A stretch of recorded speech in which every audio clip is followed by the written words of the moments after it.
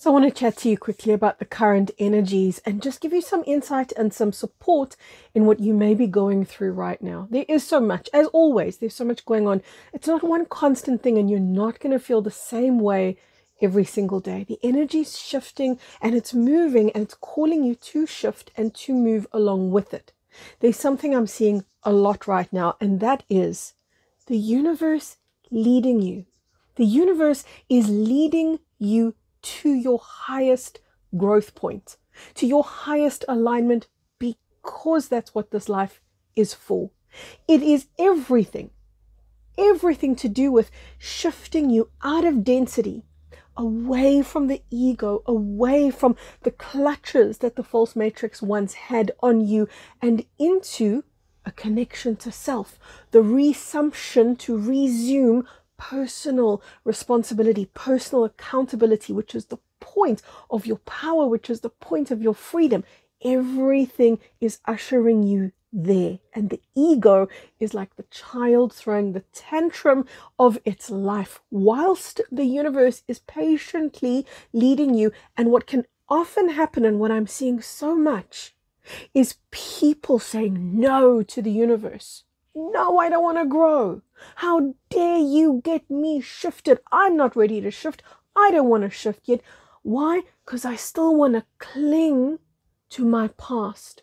I still want to cling to the old identity, to the old sense of self. Why? Because it's familiar. Because most people will say, it's all I know. I don't know that higher self yet. I only know the pain and the irritability and the frustration and the trappedness and the anxiety and everything else that goes along with the past self that was answerable to the false matrix. So it's kind of like a limbo, which I had to just stop and smile as I said that word, because that's the most recent video that I put up for you guys. I spoke about the world between worlds, that limbo space that so many people are experiencing right now. But think of it like this. Oh, and I will link that video. If you haven't seen it, I will link it in the description box below. Think of it like this. You lived in one house. That's the old identity. You lived in one house for all your life, and you know that one house, but you've always dreamed of a mansion. You've always dreamed, maybe it's not a mansion, maybe it's a big farm on an open, beautiful piece of land with trees and birds and fields, whatever the dream house is, okay? Whatever your dream house is, there's the house you know, and there's the dream house. And you're not in either. But there's a lot of people right now fighting for the house they knew, for the house they lived in, for the self that lived in there. And that's the universe leading you by the hand, saying, come, you've got a different house to live in now. But there's the tantrum. There's the toddler throwing the tantrum, because it cannot perceive of something beyond that current space, that current house that they live in. So there's a lot of tendency to get very stuck. There's a lot of tendency to resist your own growth, to see your own growth as the enemy. And that brings up a really important point about autoimmune diseases. Have you noticed how so many people have autoimmune diseases? Maybe you don't, but maybe you know somebody who does. This is when the body cannot identify who the real enemy is, and so it turns on itself. So what takes place emotionally when you resist growth is very much a similar thing, just at an energetic and emotional level. You start fighting against yourself because you're fighting against your growth, because you're fighting against life, because what growth is going to look like is that the ego's not in control anymore. So is it you fighting, or is it the ego fighting against the growth? It's the ego. Your true self is buried underneath the ego. And I want you to imagine that the ego is kind of sitting down on your head. It's pushing down like, no, I can't let the true self emerge. I can't let the true self out, because once the true self takes occupancy of this vehicle, of this field, once the true self takes occupancy, obviously the ego will cease to be. And the truth is, and your mind will know this, your mind will understand this, but when it happens at the energetic level, it's going to be different, because very often you know stuff, but what you do energetically and emotionally is in direct contradiction to what you know. This is one of those examples where you know, but the ego doesn't die, so to speak. The ego only gets transformed. We're in the path of transcendence. Now, you know that, your brain knows that at the linear level, but the ego, who only knows the old house and the self that occupied the old house, is going to do everything for the familiarity, everything it can to preserve and to cling to that familiar space. I want to share with you how to get unstuck. If you find yourself going, oh, I'm irritating myself because I'm fighting against my own growth now. If you find yourself there, I've got a really important tip to give you, a really important tool. Get out of your own way. And I know what you'll say. Oh, I'm trying, easier said than done. So let me give you a way to get out of your own way. Because what I'm really saying when I say get out of your own way is get out of the head. And what I'm really saying by get out of the head is get out of the ego. Because that's where we talk about the seat of the soul. That's in the body. Seat of the soul's in the body. Seat of the ego is in the linearity of your thinking brain. So get out of your own way is get out of the chatterbox where the ego resides. And a very good way, it's not the only way, but it's a really good way to do that, is to find something or someone else that you can get happy for or compassionate about or with. Here's an example. Here's what I mean. When the ego's in charge and it's clinging to that old house, even though it's being led to a new, better place, when the ego's in charge, it is so selfishly, blindly consumed with itself. So blind to the external world. And you won't mean to be, but if that's you, you won't mean it. I know you won't mean it, but you will land up being so selfish. People in their ego never realize that that's what they're doing. They never realize their own behavior until afterwards, and they go, oh, wow, who did that? But that's the nature of the ego. All that it can see is itself and its own preservation. So away, and this isn't going to work all the time. This is really when you're stuck in ego, you employ this method. You get out of the selfishness of the ego by looking at, where can my love be directed right now? Where can my love? What is love? Love is a generosity. Love is a presence. And why am I saying this? Because I understand what happens in that stuck place. And that is, it's so difficult to bring in love. It's so difficult to bring in generosity, compassion even, because the ego can't do it. The ego can't bring in the higher frequencies. But the true self can. So it can only work if you find something that you can really be compassionate about. Maybe there's a friend who's going through a really trying situation. Maybe you just want to go, and I speak for myself when I say this, maybe you just want to go look at a tree and find the beautiful birds in the tree and hear their song. That moves me. Maybe it doesn't move you. What moves you? Thinking about whales or dolphins maybe. What moves you into that? Can you feel what I'm doing? I'm moving into a higher frequency state when I do this. It's now not just about me. I'm getting out of my way, whether it's birds in the tree, it's dolphins, it's whales, it's dogs, it's the sky, it's the ground, it's the grass, and the ego is going to try to get in there. The ego is going to try, because what the ego wants to do is maintain control.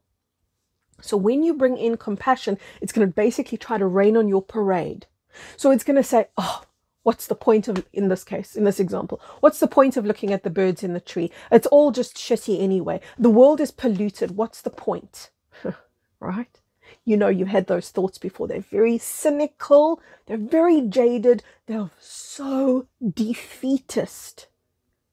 And at that point, you've got to choose love. And at that point, you've got to choose to be a better person. And at that point, you've got to choose compassion. I guarantee you, you know someone going through turmoil right now. I am not asking you to get invested in their life. I am not telling you, I don't want you to do this. Don't get invested in, I've got to fix them. No. But just be compassionate. And if you don't know somebody going through a difficult time in your life right now, think about somebody who's experiencing a triumph. That's also something that you can generate an excitement for, a celebration for. When you cannot be excited for the well-being of another human being, you are lost. You are lost. You are so lost, and you don't even know it. That's a harsh truth. But there's a lot of people out there who cannot be happy for other people, will not be happy for other people, because all that they can feel is that ego self, which says, but I don't have that success. They'll do exactly, the ego that is, will do exactly the same thing with bringing in love and compassion for somebody going through a hard time. The ego is going to say, but where's my love? But where's my compassion? So I'm saying to you, this method is drawing on an extraordinary, not the normal way that I work. It's employing a very different method where you're going to have to choose love. You will hear the ego coming in, and then you go, I'm choosing love. I'm choosing love. And it's oftentimes easier to give love into nature, the birds, the dolphins, the whales, the grass, the ground, the next door neighbor, the best friend, the human beings on planet Earth, whether they're in triumph or whether they're in turmoil, whatever stirs you into compassion. If you find yourself going the other way and you're going into jadedness and you're going into cynicism, stop yourself. Consciously choose. So I'm not asking you to deny what you feel. If you feel anger, frustration, I'm simply asking you to let it be there, almost like it's in a rest place, kind of like, I'll come back and deal with you later. But right now I am choosing compassion. Right now I am choosing love, because that's you getting out of your own way. Here's what I want to leave you with. Right now, you're not allowed to repeat past mistakes. You're not being allowed to repeat the pain of your past. And that's why sometimes this is so difficult, because you hit the same stumbling block over and over and over again. And that stumbling block is the very thing that the universe is standing there saying, no, you don't go further. No, you don't go further until you dissolve that stumbling block. And that's where a lot of you are at right now. You're at that point of needing to dissolve that stumbling block. Don't fight against life, even when it takes you into a very unknown place. And what is going to be unknown, by the way, is you. The you that you're connecting to is going to be new, because this is the you, the higher version of you that's not standing in your own way. This is the higher version of you that lives in a state of peace and perpetual harmony and compassion and joy. It's a you that you don't know. And you might say, but it sounds so beautiful, because it is, but it's unfamiliar. So when I talk to you about you're going into the unknown, you're going into the unknown, it's unknown, but it's the higher version of you. And at some point you've got to trust the higher version of you and allow yourself to look at that ego almost like you're looking at it one last time and saying, man, you've kept me busy. You've kept me distracted. You've kept me away from myself, away from love, away from abundance. You've kept me away from life and health and vitality and well-being, all so that you could be preserved. You're not my enemy, though. Oh, ego, you're not my enemy. You are simply what I came here to reclaim myself from. And at that point that I'm just describing to you now, at that point, a miracle happens. And you know what the miracle is? You begin to act as the true self.